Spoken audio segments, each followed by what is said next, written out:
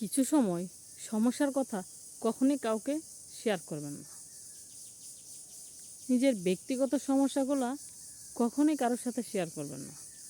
আর ফেসবুকে সেটা তো আরও আগে না। যদি আপনি শেয়ার করেন তাহলে কি হতে পারে, কিছু সময় দেখা যায় আপনি যদি আপনার ভালো একটা সময় কোনো একটা খারাপ মোমেন্ট আপনার সাথে তৈরি হলো, তো সেটা যদি আপনি আপনার কাছের লোকদের সাথে শেয়ার করেন, তারা সেটা তাদের আগ্রহ নাই, কিন্তু আপনার সমস্যা তাই তারা আপনি বলতেছেন তাই তারা শুনতে চাচ্ছে। তো একটা সময় তারা এটা শুনবে।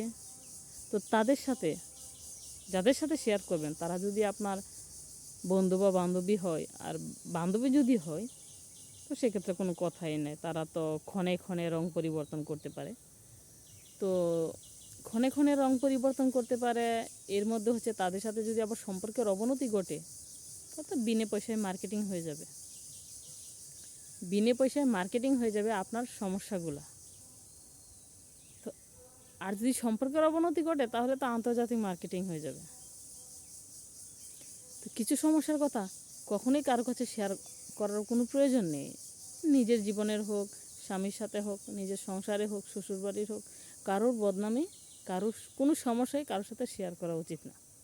আপনি যখন এটা শেয়ার করবেন তো একটা পর্যায়ে এই সমস্যাগুলো দেখা গেছে থাকবে, অনেকের কাছেই থাকবে, আপনার ফ্রেন্ড সার্কেলের কাছে থাকবে। যদি গুরুত্বপূর্ণ সমস্যা হয় আপনি আপনার পরিবারের মানুষগুলোর সাথে শেয়ার করতে পারেন, আপনার ঘরের মানুষগুলোর সাথে শেয়ার করতে পারেন। তো আপনি যদি বাইরে সেটা শেয়ার করেন সেটার মার্কেটিং তো হবে 100%। এই কাজগুলো না করে আপনি তখন ধৈর্য ধরে থাকতে পারেন, আল্লাহর কাছে দোয়া করতে পারেন যেন পরবর্তীতে এই সমস্যাগুলো না হয়।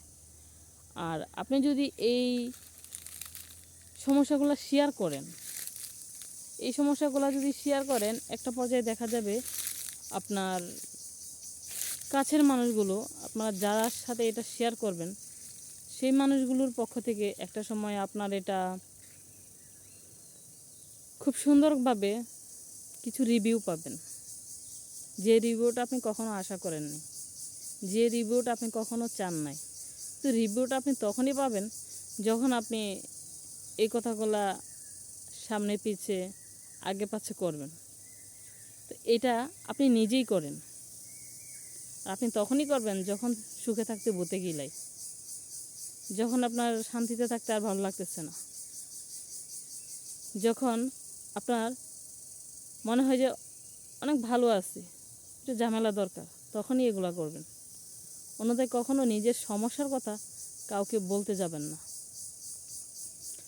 মূল কথা হলো আপনার সমস্যায় এই পৃথিবীতে বা এই পরিবারে, এই সমাজে কারোরই কিচ্ছু যায় আসে না। সমস্যা আপনারই, আর কারোর সমস্যা না এটা।